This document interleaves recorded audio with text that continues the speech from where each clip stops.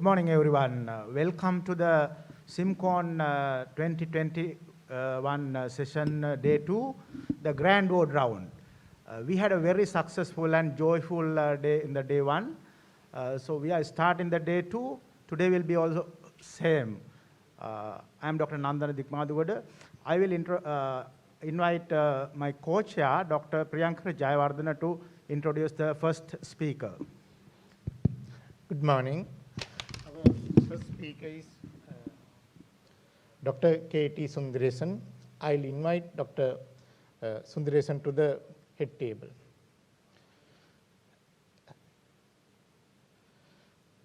The first case will be discussed by him. Dr. K.T. Sundaresan is an honorary consultant physician in the professional unit of medicine, teaching hospital bariatric law and senior lecturer in medicine.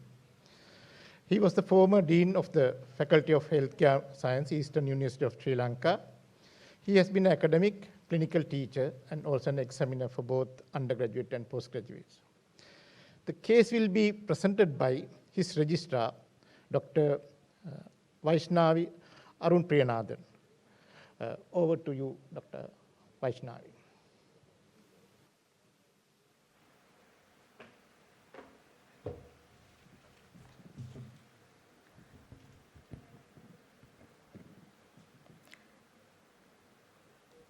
Good morning, ladies and gentlemen. Today we are going to present a young boy who came to our ward and was diagnosed to have dengue fever. He's a 16-year-old young boy admitted on 28th of February with fever and diarrhea, 2 episodes. Apart from that, there was no headache, nausea, vomiting, cough, shortness of breath, or any urinary symptoms. He did not have any significant past medical, surgical, or allergy history, and he did not have any history of NSAID intake. On examination, he was relatively a well-built young boy who is febrile, and his hemodynamics were stable with the pulse pressure of 50 millimeter of mercury. We did not find any other foci of infection. For supporting our diagnosis, the platelet count was also low, and the dengue NS1 was positive on day 3 of fever. Later in the course, we also did dengue IgM antibody, which also became positive. So we diagnosed him to have dengue fever, and we started him on our routine dengue monitoring chart. And he was managed with standard fluid regime in our ward. I have charted the investigations for the convenience. We can see on day 3, since the admission platelet was 96,000, we did a leaking scan, which showed no leaking, and he was hemodynamically stable with a very adequate urine output. I have circled 450 cc, 200 and 220 cc. He was fairly well on the day 2 of fever. On that day, that is day 4 of fever, around 12 a.m., he suddenly became restless with a fever spike, and his consciousness started to deteriorate. At that time, GCS was 14 and 15, but the hemodynamics and urine output was fairly normal even at that time. We urgently did a leaking scan, which showed no leaking. We further confirmed that with a departmental scan, which also showed no leaking. And we immediately ordered some blood investigations, and since the GCS was very low or persistently low, we immediately transferred him to intensive care unit. We can see the ALT ASTs were around 42, 26. Sorry, I don't have a pointer, but the ALT ASTs were fairly normal initially, but at the time of deterioration, the liver functions were fairly high. It's around 604 of AST and 275 of ALT, with a metabolic acidosis with very high lactate level of 4.1. And the INR was also, you can see here, it was 3.35. So all of this pointed towards acute liver failure with coagulopathy and metabolic acidosis. the serum ferritin at that time was 16,800. Triglyceride levels were normal, and we couldn't find any evidence of splenomegaly. So we had a differential diagnosis of HLH, liver with acute, dengue with acute liver injury, and secondary sepsis. Since there were no other features of HLH or secondary sepsis, and there was very supportive features of acute liver failure, we diagnosed him to have dengue fever with acute liver failure and mainly without any evidence of leaking. We started him on methylprednisolone, continued for 3 days, and we can see here the ALT, AST were fairly improving after the initiation of methylprednisolone. pH was also improving and the lactate was also improving. They were highlighted in the yellow color here. We also did an echo because around 9 a.m. the next morning, patient suddenly became arrested with a BP of unrecordable blood pressure. So we resuscitated him with crystalloids and we gave dextran. And that time we also did an echo which only showed mild global hypokinesia with ejection fraction of 50%. On day 6, this is after the methylprednisolone, 16,800 ferritin was improved to 3,610. And the pH and lactate were also improving and the biochemical parameters were also improving. But the INR was still high and the lactate was also high. So we had a multidisciplinary meeting and decided him to start on total plasma exchange. At that 5 p.m. scan only showed mild fluid in the hepatorenal pouch. That is, after the deterioration, patient started leaking. With the plasma exchange of second cycle, there was significant improvement in the liver functions, pH, and lactate. And biochemical parameters were significantly improving with methylprednisolone and plasma exchanged. And I forgot to say, sorry, we also started IV NAC with the deterioration of the patient. That also probably would have helped in the betterment of the biochemical parameters. On the day 8 of fever, he had the problems of DHF with acute liver injury, probable hepatic encephalopathy, and acute kidney injury, probably due to hepatorenal syndrome, and also the bleeding manifestations. He had one episode of melena and some bleeding from the arterial side. For the AKI, we actually tried for hemodialysis, which was not possible because of his hemodynamics. So we started on CRRT at that time. But again, due to the unstable hemodynamics, we couldn't continue that CRRT.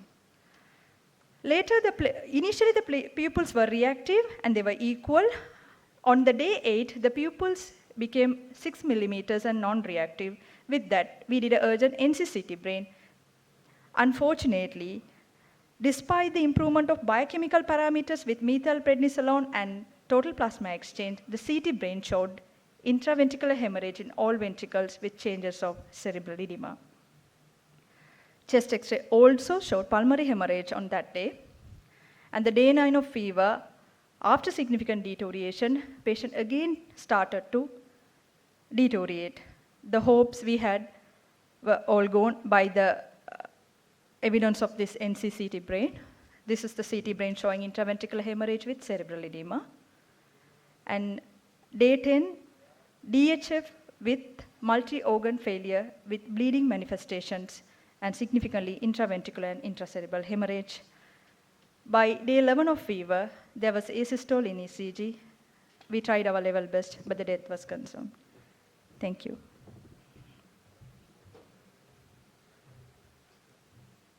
Can I get the next slides, please?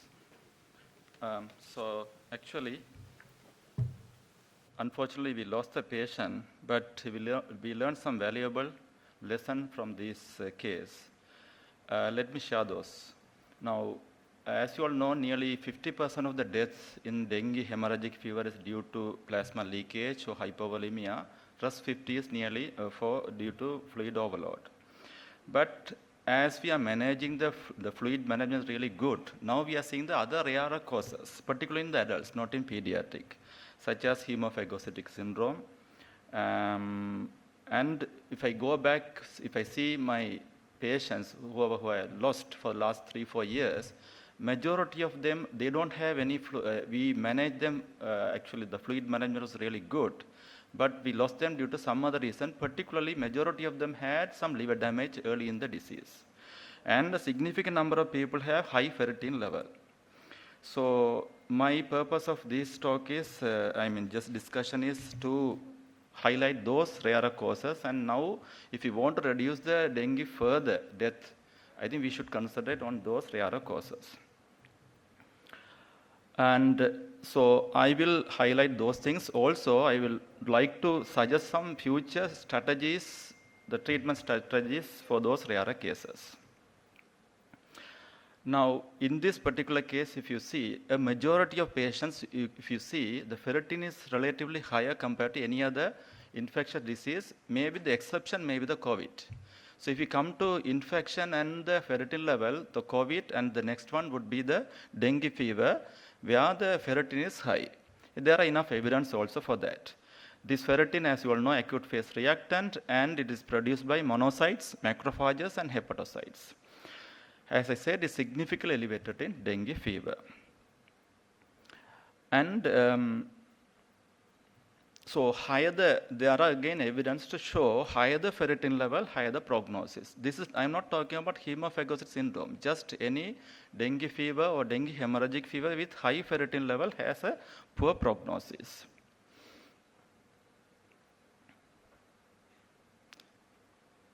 Of course, our patient, I think we had the ferritin level was 16,000. But without any much evidence of hemophagocytic syndrome, unfortunately, we couldn't get the bone marrow done due to various reasons. Other thing is, when there is ferritin, if you notice, when the ferritin is high, it is also associated with elevated liver enzymes and coagulopathy. Again, these several research evidence is there. So it is significantly associated with thrombocytopenia, elevated liver enzyme, and coagulation, disturbance in the coagulation. Now, when it comes to steroid, it is a highly debatable area. But if you go through the research evidence, these are some of those research. Some of them are done by our local people. Prof. Sam Kularatne has done a study on steroid, and their finding is at a low dose regime, dexamethasone was not effective in achieving a higher rise of platelet count. They have just compare the higher platelet value with the dexamethasone. Some of the study they are used early steroid, but they couldn't find any significant improvement. This is a review article by Professor Herath. He may be here, I think. So they say only the conclusion is it is highly unlikely that use of corticosteroid in dengue treatment results in viremia, any other significant adverse effect or complication. As per their research evidence, they have gone through several studies, and the summary is that there is no adverse event due to steroid. But this is done by Professor Senak and the other people. Corticosteroid in the treatment of dengue shock syndrome.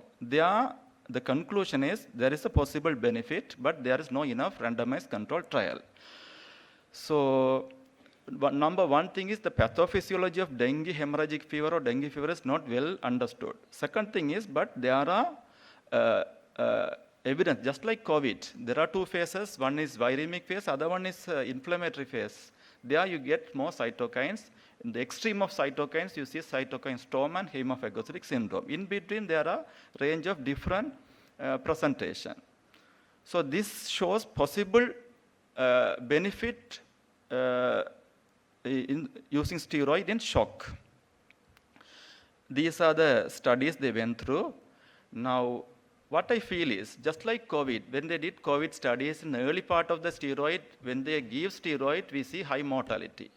Here also, if you go through the studies, they didn't consider too much about the inflammatory markers and using steroid. But I feel very firmly that if you use steroid in those subcategories of people who have very high ferritin level, probably we can get the benefit. This was probably not done earlier, but in our case also, if you see, when we study, it's not a hemophagocytic syndrome, but I have enough experience seeing in the past.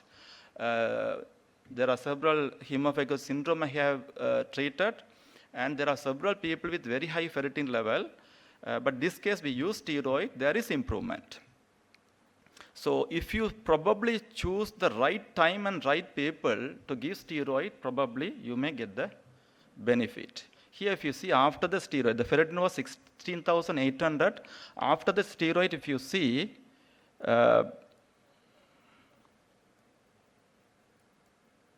okay.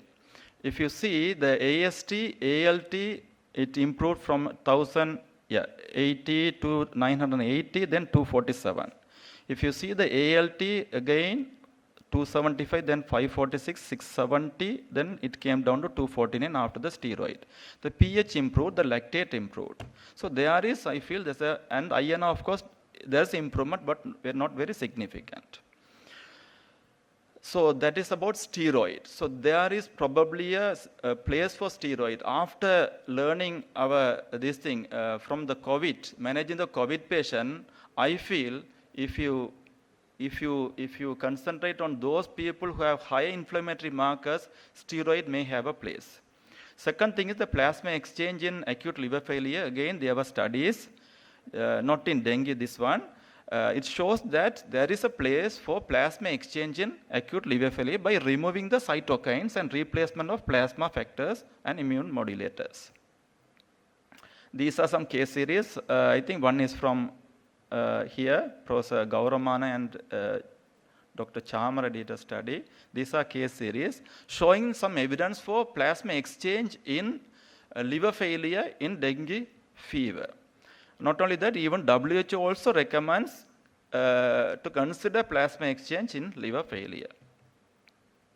So if you look at our patient, after plasma exchange, again, after the steroid, there's improvement, but there again some ALT further worsened. Then we started, after discussing with the few other people, gastroenterologists, and after going through the research evidence, we gave plasma exchange, and there is significant improvement. If you see the AST 805, 112, 60, 92, 63.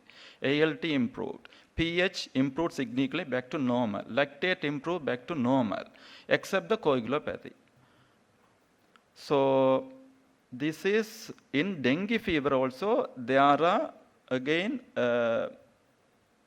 in CRRT, this is about CRRT. Of course, we did CRRT to this patient because this patient had renal failure. Again, there are some evidence to show CRRT by removing those toxins may improve the outcome in dengue fever. In liver failure and dengue fever, not kidney failure, liver failure and dengue fever.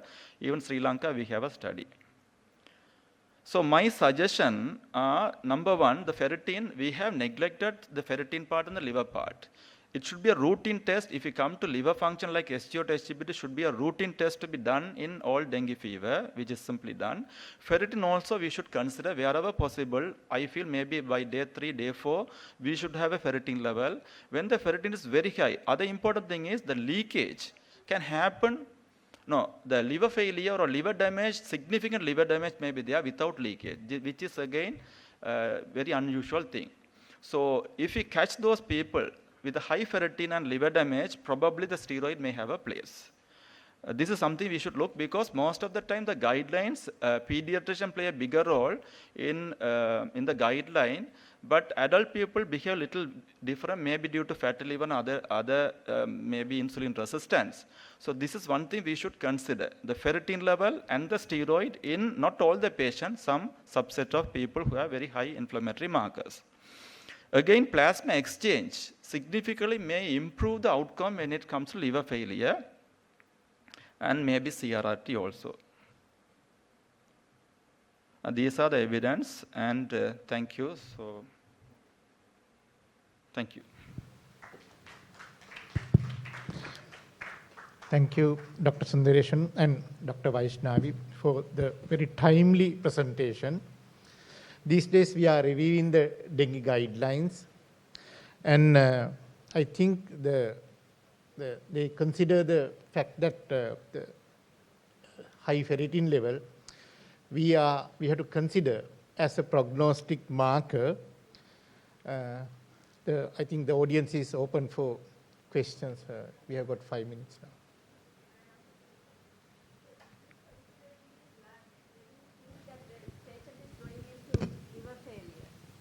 beginning of the thing.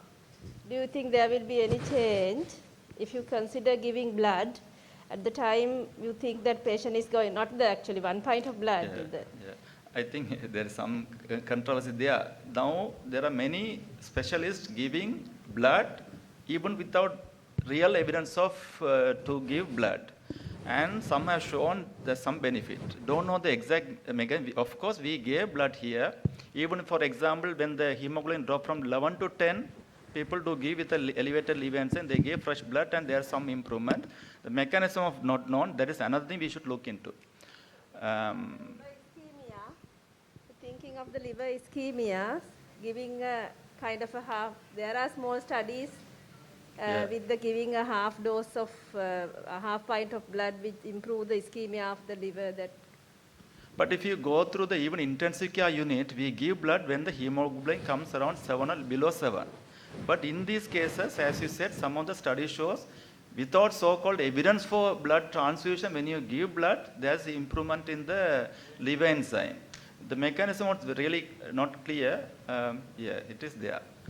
Another thing is, whenever the patient is really ill, without leakage, always I do ferritin and the lactate. You will see significant number of people have high ferritin, high liver enzyme, and high lactate without leakage. Maybe the fatty liver, maybe the insulin resistance may play a role because this probably we are not seeing in the pediatric group. Sundaresan, I am Prof. Anuradha. Yes, sir. So, 2 comments. I think, as you said, in adults, as you said, fatty liver being so common, it's well known that fatty liver will never tolerate ischemia like a non-fatty liver. That's why fatty livers are not taken for transplantation, because the microcirculation of the liver is already compromised. So whenever there is ischemia due to any insult, fatty livers are going to have worse damage. That's why probably you don't see a lot of liver failure in children, and you see nowadays a lot of liver failure in adults. That's due to changes in the microcirculation. And also a comment on COVID and dengue. I feel that in dengue there is increased ferritin levels from the beginning, even more than COVID, because there is significant liver involvement in dengue compared to COVID. So as you said, ferritin is secreted by the immune cells like macrophages and also by the hepatocytes. So whenever there is significant liver damage and significant immune activation, ferritin levels will go up. And then there will be a jump of ferritin, not just a rise. In severe dengue, you will see a jump of ferritin to very high levels on maybe 28,000, 30,000, even on the 4th day. Yeah, thank you for the comments. Actually, Professor Anuradha, my teacher, he has actually, I have several discussions with him regarding this, and we both felt the same, the ferritin. So as you said, I think, maybe I thought it's COVID, of course, you see the high ferritin level in the inflammatory phase, probably here even before that.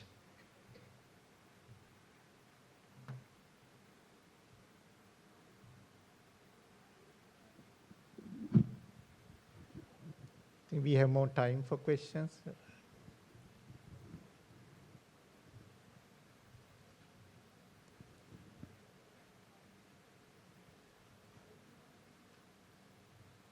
Plasma exchange and CRRT. So I involved with maternal medical cases, liver failure related to pregnancy, and sometimes they go to the renal failure. And we do plasma exchange, sometimes combined with CRRT. In many times, we were able to go through it and save the patient. So I think that's an option when somebody is in liver failure, irrespective of the primary cause. It could be dengue, it could be maternal medicine. The timely decision to take plasma exchange with or without CRRT, depending on the renal functions. So I think you have taken a good decision. So that is a thing I think we should not forget, the place of plasma exchange in liver failure. Just one. So with that, I think particularly in dengue fever, as the inflammatory markers are high, the plasma exchange will remove the cytokines. So that is an additional benefit when it comes to dengue fever and liver failure. Thank you.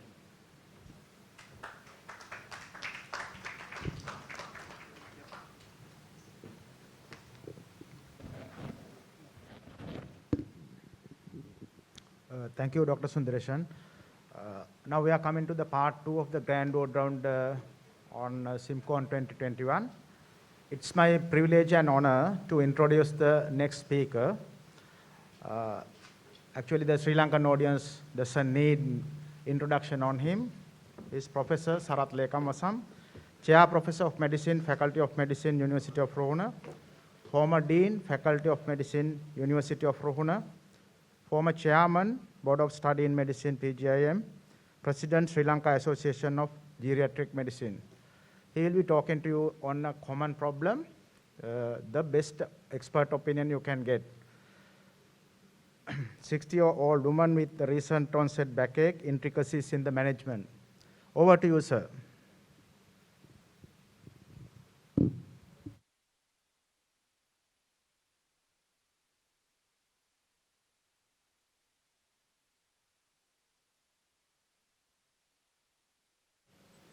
Yeah, can you hear me now? Yes, we can, sir.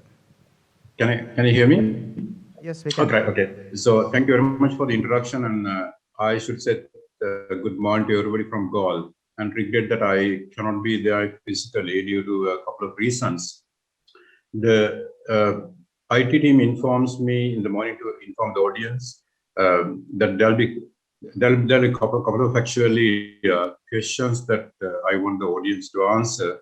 And the options are that people who are physically there, there's a QR code on the table that can be scanned, and then you can cast your vote through that. And people who are joining online, and in the chat box, if you go to the chat box, and there will be a link, and through that link you can cast your vote. So when the situation comes, I want you to sort of get engaged with that. Otherwise, it will be difficult to conduct it in an interactive manner. As the chairperson said that I have actually chosen one of the common problem. It's actually a real case that I have seen about maybe 6 months ago. So let's go to the case. This is 62-year-old Mrs. BP who visited her GP for a backache of 2 weeks, the recent onset backache, and there was no history of trauma he work engaged during the recent past. She has been suffering from asthma, but then she required only intermittent salbutamol inhalers. GP has given her prednisolone twice during the last year, and each time lasting for only 2 weeks. And he had this habit of giving 20 milligram, which is scaled up to 5 milligram within 2 weeks. So she had it twice. Then she was referred to DEXA unit to a scan to evaluate osteoporosis. So this is a scenario. I want you to sort of grab the simple scenarios for GP, 62 years, and then with the past history of bronchial asthma, inhalers, salbutamol, twice receiving prednisolone. So question number 1, does Mrs. BP need a DEXA assessment based on the information given so far in the case scenario? So can we go to polls and see with the question number 1, option number 1, yes, no, better to do, or no idea? I believe the IT team is following me because they are supposed to collect that information and transmit to me.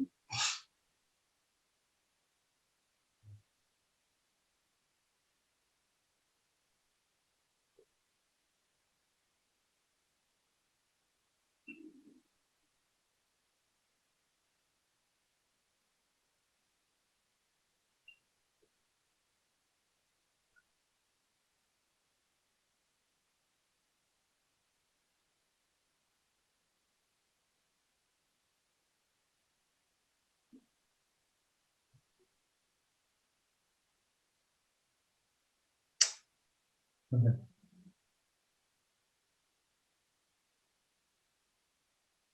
Can we close the Pause. Okay, wonderful. And I think majority feels that there's no indication for this for her to have a DEXA. And let me again. There's a bit of a difficulty because I have to switch between this thing. Now, if you really see the what I call the indication for DEXA, general indications are actually uniform across all the guidelines given, world across. Generally, women over 65 years and the men over 70 years, they require DEXA evaluation regardless of their clinical history. But if a woman younger than 65 years or a man younger than 70 years, and then there should be a minimum of one clinical risk factor. So the clinical risk factors are the history of fragility fracture, a parental history of fragility fracture, a disease associated with a bone loss like inflammatory bowel disease, rheumatoid arthritis, giant cell arteritis, inflammatory disease, a low BMI, no cutoff period though. Patient taking drugs which are associated with bone loss like corticosteroid, thyroxine, anti-cancer chemotherapy, smoking, alcohol use, and there are a few other indications as well. So if you look at in this patient scenario, only concern is that she doesn't have anything but except for the question about the corticosteroids. So at the moment, I would say that this is little questionable. So question number 2 is, would you consider Mrs. BP's GC exposure as a risk factor? Do you consider it as a risk factor in this patient's evaluation? Can you again get back to pulse, please?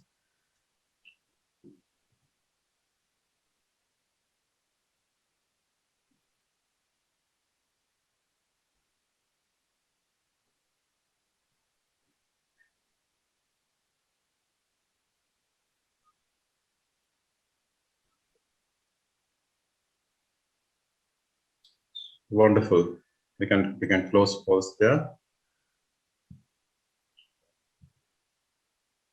Yes, if you look at the guidelines given in the FRAC's website, and it says that the entire years, that is, say patient has a risk of patient is substantial corticosteroid exposure. If the patient is currently exposed to oral glucocorticoid or has been exposed to oral corticosteroid for more than 3 months consecutively, and then at a dose of prednisolone 5 milligram daily or more, or equivalent doses of other glucocorticoids. So there should be more than 3 months of glucocorticoid exposure. Either patient has been on more than 3 months or patient going to be in more than 3 months. Let's say if you have a patient with the inflammatory bowel disease and you start off 6 milligram of prednisolone, knowing very well that this treatment would last more than 3 months. So that is considered as one of the risk factors. And if the patient has been on prednisolone for 4 months for giant cell arteritis, 7.5 milligram in small dose, and that is also considered. So the patient has been on corticosteroid for more than 3 months or going to be on corticosteroid for more than 3 months considered. So in this situation, and this patient does not actually fall into that category, so really speaking, she does not have a real indication for DEXA at this point. But then we went to actually dug into her history and then found she has a family history of hip fracture. Mother at the age of 75 has suffered fracture. In fact, she died of, subsequently she died of a respiratory tract infection and soon after his fracture. So she has a family history of fracture. So take into consideration that information I noted on you earlier, we elicited that on later on, and she underwent DEXA. So these are kind of DEXA report. This is not her DEXA report. This is kind of DEXA report that you will see. I believe part of the screen actually is taken by this other thing. Now, what you will get is actually you get this lumbar spine L1 to L4. You get the bone mineral density here and the total, and then you get a T scores and you get a C scores. And also again, you get a femoral neck and the proximal femur, where important areas of femoral neck and the total hip. Again, you get the T score. So I'm not going to go into detail this thing on what is a T score. I'm sure the audience knows about it. Let's say these are the results of the DEXA results of this BP. She had a total spine T score minus 2.9, the femoral neck minus 1.8, and the total hip minus 1.9. So again, total hip minus 2.9, femoral neck 1.8, total hip minus 1.9. You know the guidelines by the WHO published in 1994, and that is say if you have a T-score less than minus 2.5, you belong to the category of osteoporosis. But if it is between -1 and -2.5, you have osteopenia. And then if it is above minus 2.1, you have normal bone mineral density. So I think that much is clear. So the next question comes, what is the interpretation of this? So I have given actually the T-scores are still in that slide. So let's say this patient has osteoporosis, this patient has osteoporosis of the spine and osteopenia of the hip region, this patient has osteopenia, this patient has normal bone mineral densities. Let me get back to the pulse, please. This is fun, really.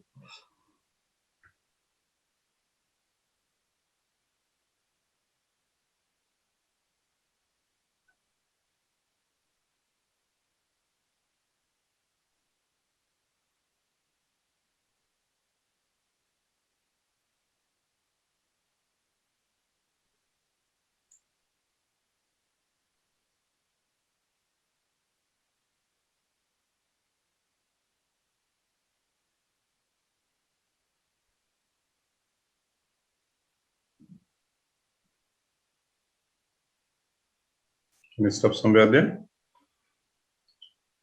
Well, this doesn't surprise me really, because this I have seen in many reports, actually coming from Colombo and all. The WHO, the recommendation, not all WHO, all guidelines recommendation is that you cannot give two diagnoses for the one patient. You can't say you have osteoporosis of the spine and osteopenia of the hip region. So you are getting two diagnoses. You can say you have normal high blood pressure in the right hand and normal blood pressure in the left hand type of thing. What you do is you pick up the lowest T-score in these three areas. We call them regions of interest, either spine or the hip, femoral neck or the total hip, those three areas. And you categorize the patient on the lowest T-score. And you don't give do two diagnoses. The danger is that if you say that patient give a two diagnosis, that means that your risk of getting a fracture in the spine is high, but your risk of getting a fracture in the hip area is not high, which is not true. Because bone mineral density in the spine determine the fracture in the spine and also determine the fracture in any other region. So there is plenty of epidemiological data for that. Because of that BMD can detect a fracture of its own site, and it can predict a fracture of the distant site as well. So you can't deny or you can't downplay the possibility of this patient getting the fracture of the proximal femur. So for this reason, you are not going to give a two diagnosis category. So a correct answer is this patient has got osteoporosis, and that's it. Now, is it important to assess a fracture risk? And if it is important to, and how you go to do that? Now, I'm actually going to give another clinical scenario. And again, this is a patient I have seen about maybe 3-4 months ago, a 55-year-old teacher with a 5 months backache, underwent DEXA. And I really don't know what was the reason for to have DEXA. I think she underwent as a part of medical checkup, which is really not a real indication. There's no clinical factors, and her spine radiographs are normal. Her spine T-scores minus 2.6, femoral neck T-score minus 1.6, and this thing 1.3. The fracture risk was not assessed, and then and she was started solid uric acid IV by a clinician because they said this patient had osteoporosis and high fracture risk and all that, and then started solid uric acid. And 2 months later, she was found to have atrial fibrillation, which is a non-adverse effects of solid uric acid. And it comes quite late, not soon after, and quite a bit late. And then treatment was terminated. Of course, that means that she was not asked to get a second dose and said, "Don't get a second dose." Now, I saw her after treating for atrial fibrillation, and then I reassessed her. And when I reassessed her, and this is her fracture risk look like, I calculated that through the fracts. And when I did that, the major osteoporotic fracture probability was 2.1%, very small, and the hip fracture probability was almost non-existent. So this patient has received treatment quite unnecessarily because the risk of fracture very high. And in any other country, in a decent country, she wouldn't have undergone DEXA scan really, because there's no indication. The worst scenario I have seen is that somebody is getting treated just because there's one vertebra in the spine had a minus 2.6, everything else was normal, and that patient also was treated with a bisphosphonate, and quite a wrong choice of medication, a wrong decision really. So this patient need assessment of fracture risk before you start treatment. Okay, now the fundamental rules in DEXA interpretation is that the BMD in any age normal distributed, and there's a plenty of data for that. And when you take a cutoff of minus 2.5, there will be a certain percentage of people, normal people, who have BMD in the osteoporotic range, just because they are born like that, and there's no indication for a clinician to get hold of them and start treat them. And also, osteoporosis is not equal to fracture risk, and that is one of the misnomer. And the WHO has, and all the other major guidelines have repeatedly told that osteoporosis does not equal to fracture risk. And then, despite that, clinicians do not listen to that. And also, doesn't mean normal bone mineral density is not equal to no fractures, because you can get plenty of people who can develop a fracture with a normal bone mineral density, like you're getting a coronary syndrome with a normal cholesterol, something similar. Back to Mrs. BP, and now when I did the calculation of the fracts, and this is what it actually looked like. She had a major osteoporotic fracture probability of 8.4, and also she had a hip fracture probability of 1.1. So I want you to remember these two figures: 8.4 for major osteoporotic fracture, hip fracture 1.1. That means her probability of getting a major osteoporotic fracture within the next 10 years would be 8.4. The probability of getting a hip fracture for the next 10 years would be 1.1. What do they mean? What these numbers mean? Now, recently, after several allegations for the fracts, and then the adjustments for the fracts output came. And one of those is that adjustment for the dose of corticosteroid, because fracts has been made for considering that patient take corticosteroid 5 milligrams of prednisolone per day. But if the patient takes more than 5 milligrams, the patient is on 20 milligrams, you multiply your fracts output by 1.5, 1.2. And if it is less than 5 milligrams, you multiply 0.8. So either you enhance it or reduce it to suit for this. It's not a huge adjustment, I know, but it's something. And also that, I hope it is understood, because if you get a fracts output of, let's say, for patient who is on 20 milligrams of prednisolone, then it need to be adjusted, multiplied by 1.2, so you can increase. And also it's called spine femoral neck score discrepancy, because osteoporosis generally causes bone mineral density decline in the spine before femoral neck, but it's actually what is captured in the fracts is a femoral neck BMD. So the people say, well, you are looking at the wrong site. And then because of that, the epidemiological studies showed that you can do a calculation adjustment for the spine femoral neck discrepancy if there's one.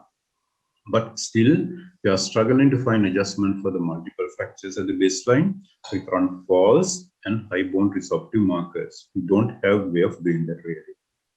Now, Mrs. BP's fracts outputs adjusted. What you should do is you increase the fracture probability by 10% for each unit difference of the T-score between femoral neck and the spine. So, I mean, it's not rocket science. So let's say a femoral neck BMD T-score was minus 1.8, spine was minus 2.9. So there's a 1 unit difference in the T-score between the spine and the femoral neck. So when there's a 1 unit difference, you increase it by 10%. So for 8.4 major osteoporotic fracture probability, you add 10% of that, that is 0.84, and now it comes to 9.2%. I hope that's clear. So each unit difference of the T-score between femoral neck and the spine, you multiply that by 10%. Right? If it is 2, then 20%. If it is 3 units difference, 30%. Okay. So then we found that her intervention thresholds exceed those recommended for Sri Lanka. And in Sri Lanka, the recommendation they published about 2 years ago, and these are revised guidelines actually. A major osteoporotic fracture probability more than 9%, and hip fracture probability more than 3%, and then patient requires treatment. So this patient intervention thresholds exceeds those intervention thresholds recommended for treatment. She had her labs evaluations, ESR, CRP, full blood count, urine analysis, serum creatinine, serum calcium. They all were found to be normal. discuss the options of solidinic acid and alendronate, oral or IV, and we look for the dental caries, look for atrial fibrillation, and then that doesn't take a lot of time. You will get the patient to open the mouth, and then you have a torch, and you can see the dental caries whether there's a dental treatment is required in the future, in the recent thing, and also the patient got atrial fibrillation. It's not very difficult to take at the bedside. And she was started alendronate because she preferred to be on alendronate and vitamin D, 1,000 intentional units per day, and then advised taking of calcium and fall prevention with physical activity. So that's what we did. Let's say just an idea about the osteoclast. This is a chap that we're going to inhibit with isovaleric acid or general bisphosphonate, isovaleric acid, alendronate. The osteoclast is the one which sort of, cause bone erosion, bone resorption, and then osteoblast is a good chap. He comes and sort of, lay down the normal bone, and then this is a chap that we're going to inhibit by giving bisphosphonate. Just a little illustration of the osteoblast. Question number 4. How can you handle Mrs. BP's center? BP in a center where DEXA access is not restricted. So it's one of the questions that is posed when you tend to give lectures outside, major cities. Say if Mrs. BP was seen in a hospital like, let's say, Ampara or Mondragal or where center which does not have access to DEXA very easily, and what can we do about her? So either refer to a DEXA unit in another hospital, give a half dose of alendronate, give vitamin D 1,000, and assess fracture risk without BMD. Can you have your words, please?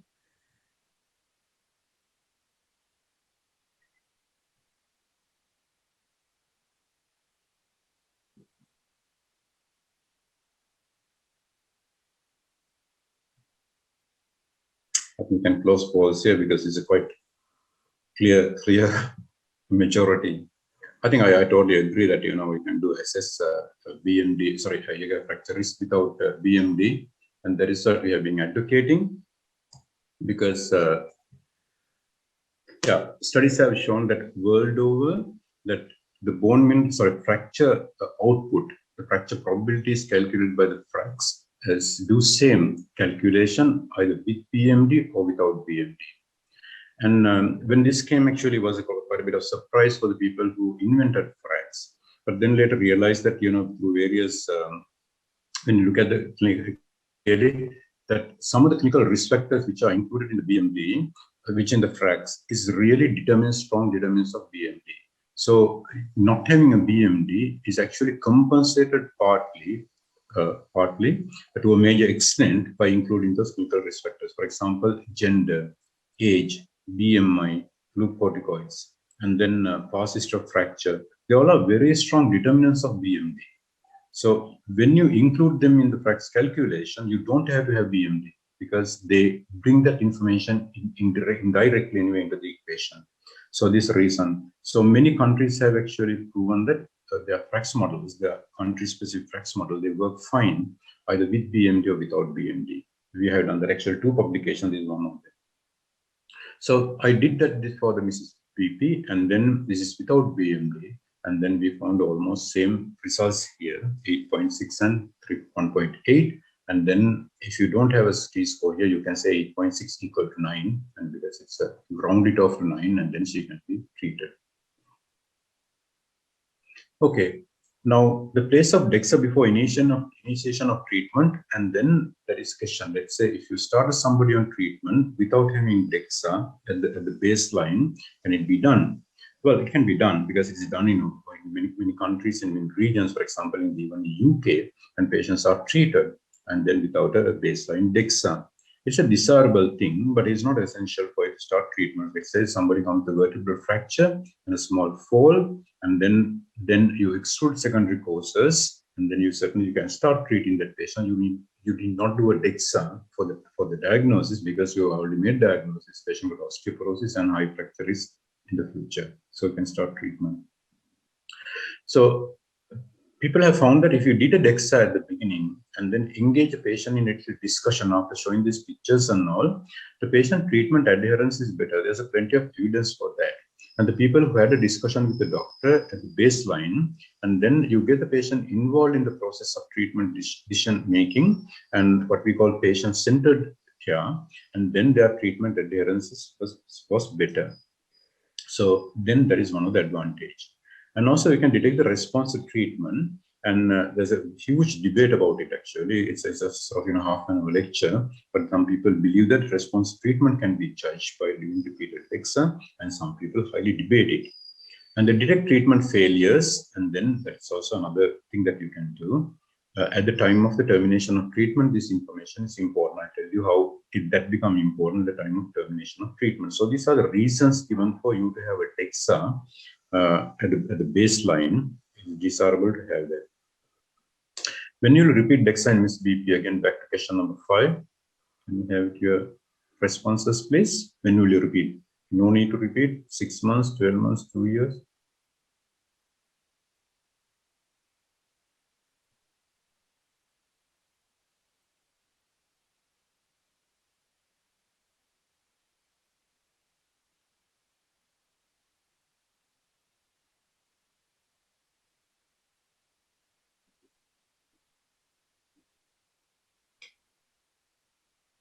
Yeah, let me get.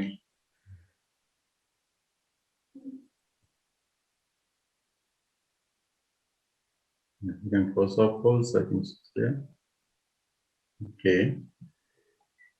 Yeah, because some people believe, and most of the people believe it's either 12 months or 1 year or 2 years. Because if you did it early and there's not enough time for the bone mineral density to increase, and then you'll be really disappointed, and then you might even stop treatment. So that should be done. Usually the gap is calculated based on small equation. That is the least significant change. I'm not going to go to the details of how that comes. That's depending on the precision error of the machine. And in machines, the usual machine is about 4% to 5%, about that much. The expected BMD change with the bisphosphonate is about again 5% in the spine. So if it's a least significant change, you say about roughly 5%, and expected BMD change is also about 5%. And then you would say it's about 1 year would be enough. Or preferably 2 years. I think I would wait for 2 years. I have no problem with that. I think 2 years would be better. And then at minimum there should be should not be repeated less than 12 months. But it's different if you are given teriparatide. If you teriparatide, that increase in BMD maybe 10%. And then even 6 months you can see changes. But if you get something like raloxifene in the serum, the change is about 2.5%, and there you really need more than 2 years anyway. And if you give only vitamin D, then the change may be about just 1%, and then you need at least about 5 years to repeat DEXA. So that's how it goes. So when you repeat DEXA, depend on what patients would receive as treatment, and then you have to leave at least about 12 months, and then before you repeat DEXA. Okay, when you consider terminating treatment of MSBP, that's another question. 5 years, 3 years, 4 years, 1 year.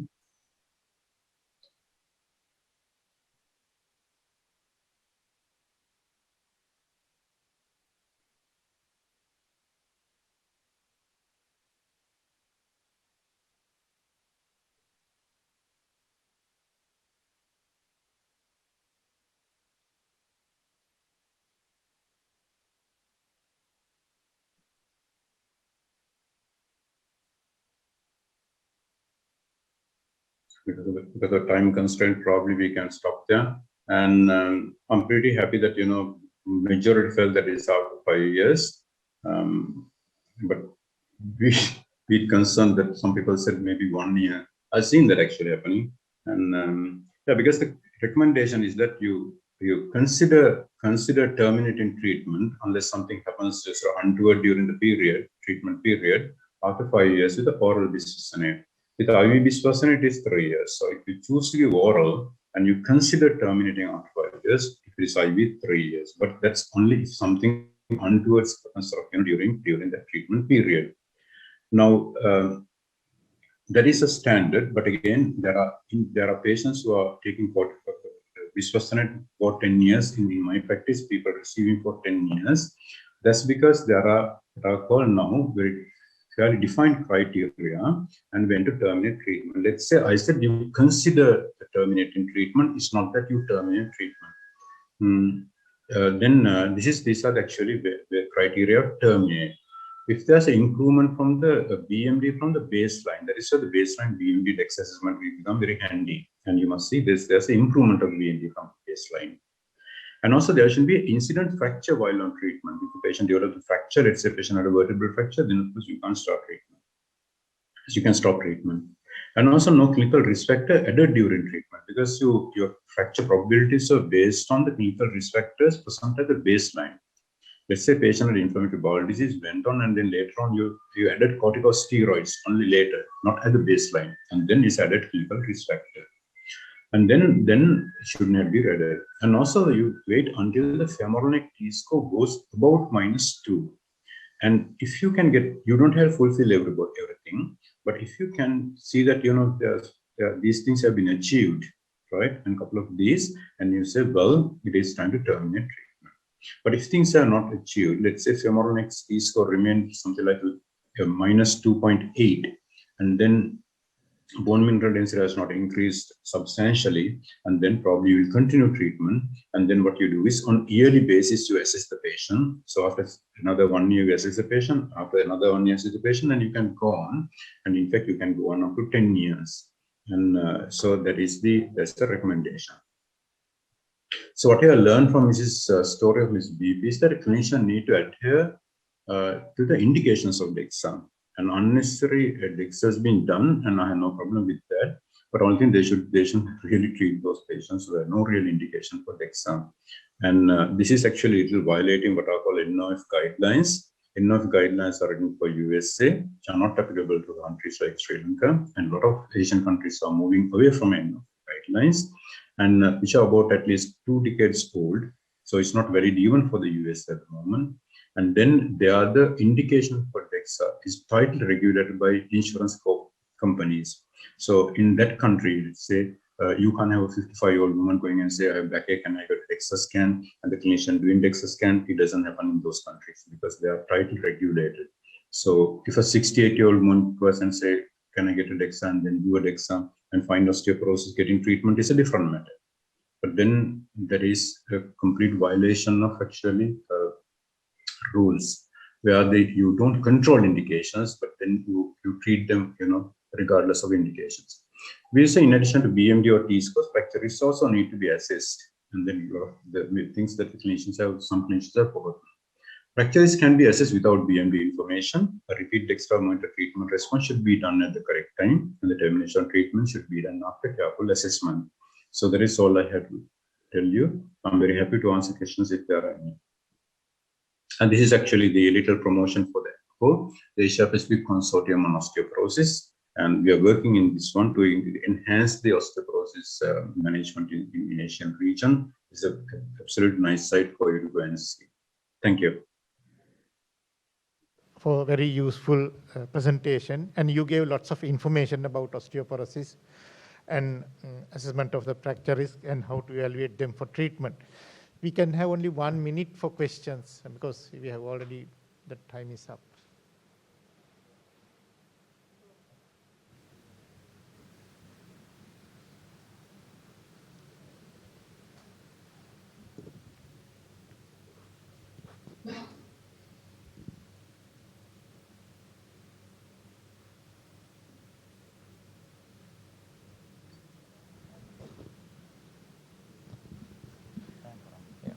In the absence of any more questions, we thank all the presenters for their excellent presentations and discussions on behalf of the Sri Lanka College of Internal Medicine. Again, thank you very much, sir. Thank you. Now we are coming to the end of the grand vote round for the SimCon Day 2. May I call upon Dr. Priyankara Jayawardena to hand over the appreciation to Dr. Sundaresan.